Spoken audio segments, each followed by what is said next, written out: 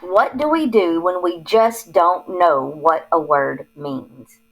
We have to have some strategies that we understand so well they come as a second nature while we're reading so that we can figure out what words mean. Let's take the word persiflage, for instance. Now, I don't have a clue what that word means. I've never heard it used in any other case except for this particular line that can be found in The Great Gatsby. And it says, as I approached, the evening's persiflage drifted from the room. Well, that didn't help me any. Just having the sentence alone did not help me understand what the word meant. But when I use some more context, I see what happens after that sentence.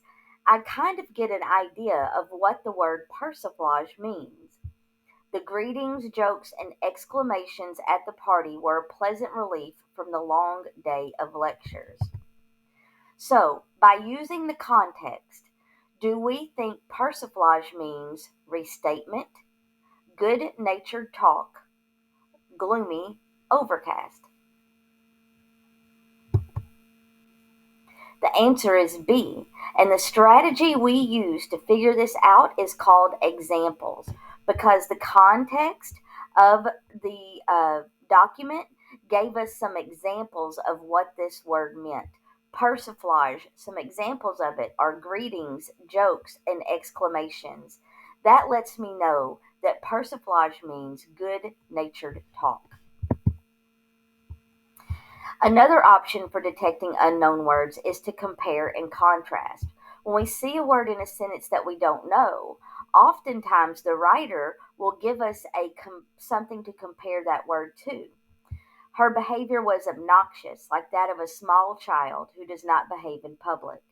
By comparing the behavior to that of a small child, it is easier for us to understand what the writer means by the word obnoxious.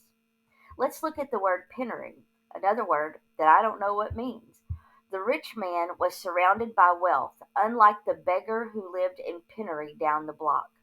By contrasting the rich man with the poor man, it is easier to understand that penury means extreme poverty.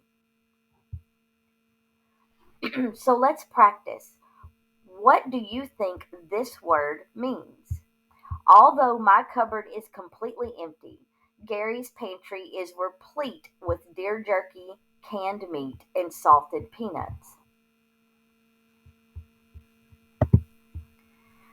Does it mean share, complete, obese, or abundant?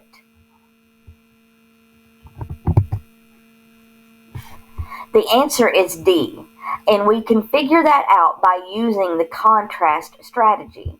Although my cupboard is empty, insinuates that Gary's cupboard must not be empty. It must be full. It must be abundant.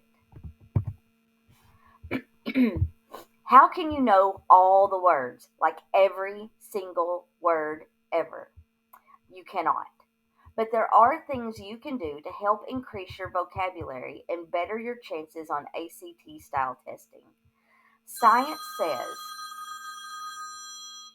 that reading many different kinds of text and reading for at least 20 minutes a day can increase test scores by 7%.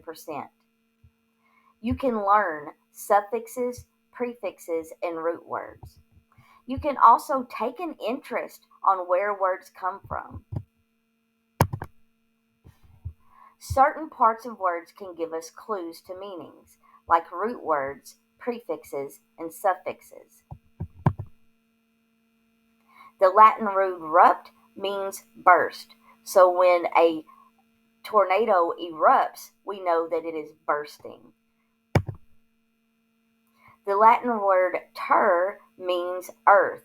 So territory, you can see when I'm talking about my territory, I'm talking about my land, my earth. Ant means to promote or to perform, like a performant in a performance. So you can practice these on your own. You don't have to do this activity, but it's a good idea to think about it.